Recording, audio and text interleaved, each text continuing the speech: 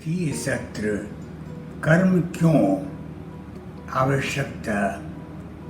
नमस्कार मित्रों, इस वीडियो श्रृंखला के तीसरे सत्र में आपका पुनः स्वागत है।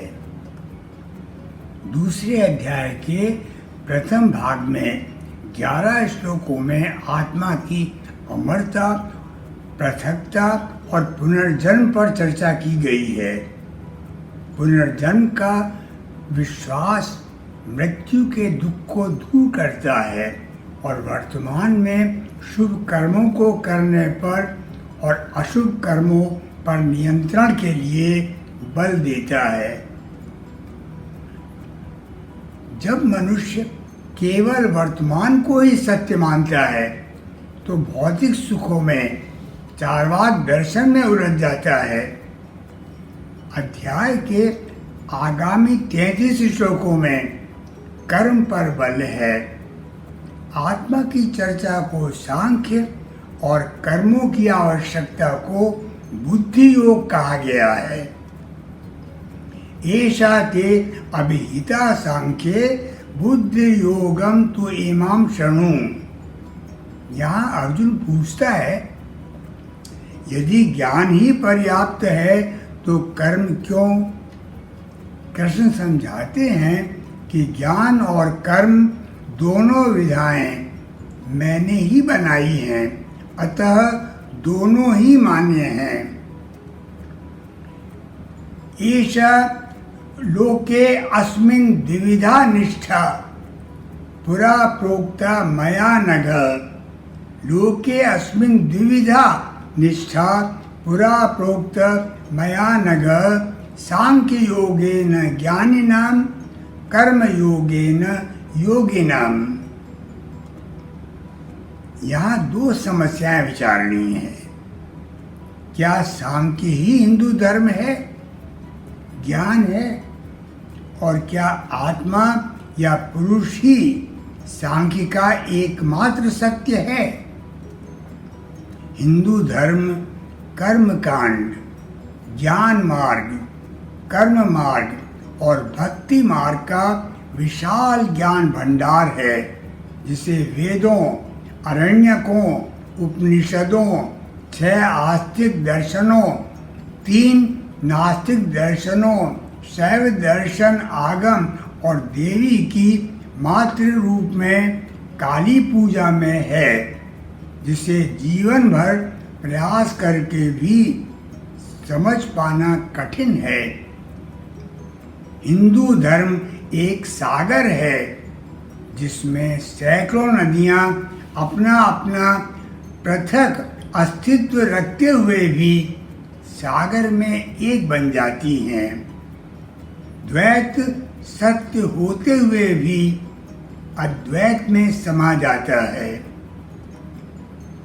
सांख्य दर्शन 6 आस्तिक दर्शनों में केवल एक है और वास्तव में वह निरीश्वरवादी है।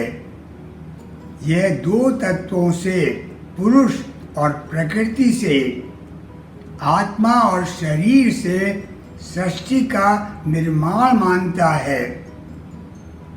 पिछले सत्र में हम पुनर्जन्म की आवश्यकता पर और पुनर्जन्म से मुक्ति पर बल दे रहे थे।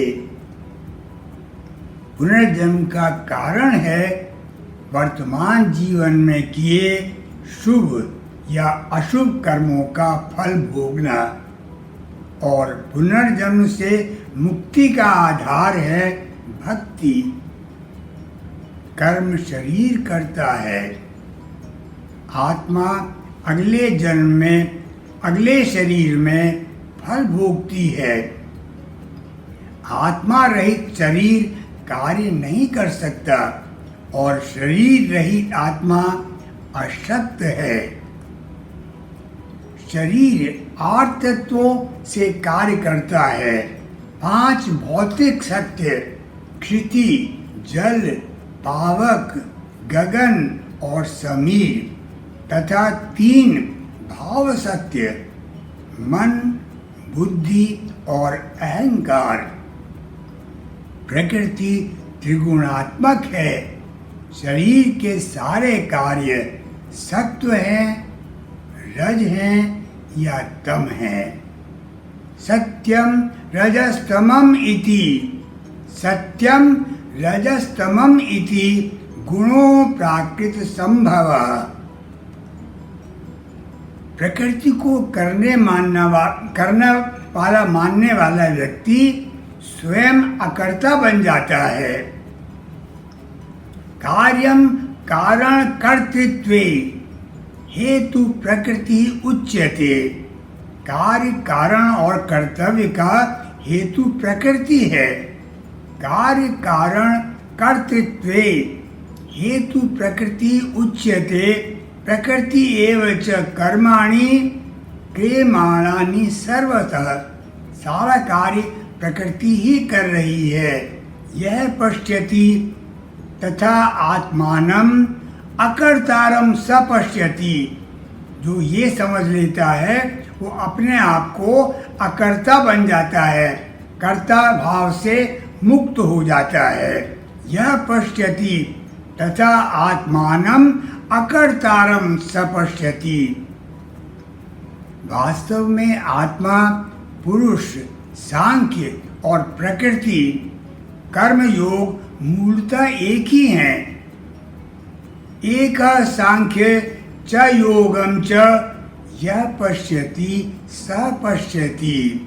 एक सांख्य च योगम च यह पश्यति स पश्यति। जब पुरुष या आत्मा कर्ता होकर भी अकर्ता है तो कर्म क्यों किया जाए? शरीर, प्रकृति तीन गुणानुसार कर्म करेगी ही, यह उसका स्वभाव है। बिना कर्म के शरीर रह ही नहीं सकता। कार्यते यवशः कर्म सर्वे प्रकृतिज गुणै। कार्यते यवशः कर्म सर्व प्रकृतिज गुणै। प्रकृति की जो तीनों गुण हैं उनके अनुसार कार्य तो मनुष्य करेगा ही। अर्ध चेतन में या अचेतन में शरीर बाह्य काम नहीं करता, किंतु मन से कर्म करता रहता है। चेतनावस्था में मन से भोग विलास मिथ्याचार है। अतः शरीर से कर्म न करने से अकर्मण्यता नहीं आती। न कर्मणाम अनारंभात् निष्कर्म्यम पुरुषोऽश्नुते। न कर्मणाम अनारंभात् निष्कर्म्यम पुरुषोऽश्नुते। कर्म के बिना तो जीवन भी असंभव है। शरीर यात्रा पीछते न प्रसिद्धेत अकर्मण। शरीर यात्रा पीछते न प्रसिद्धेत अकर्मण। हम अपने लिए ही नहीं, समाज के लिए भी कर्म करते हैं। लोक संग्रहम एवापि संपश्यन् कर्तुमर्हसि। लोक संग्रह, समाज के लिए, देश के लिए हम कार्य करते हैं। लोक संग्रहम एवापि संपश्यन् कर्तुमर्हसि। तू समाज में श्रेष्ठ है और साधारण व्यक्ति श्रेष्ठ व्यक्ति का अनुसरण करते हैं।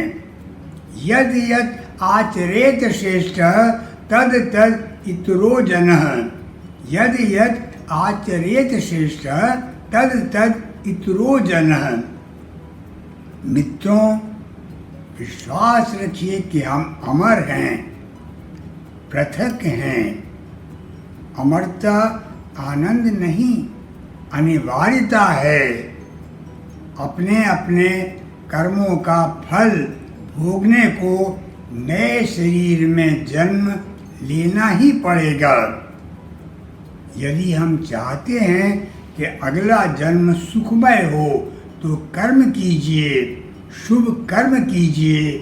भगवान आपको अगले जन्म में सुख दे, यही कामना है, यही गीता का प्रमुख प्रतिपाद्य है।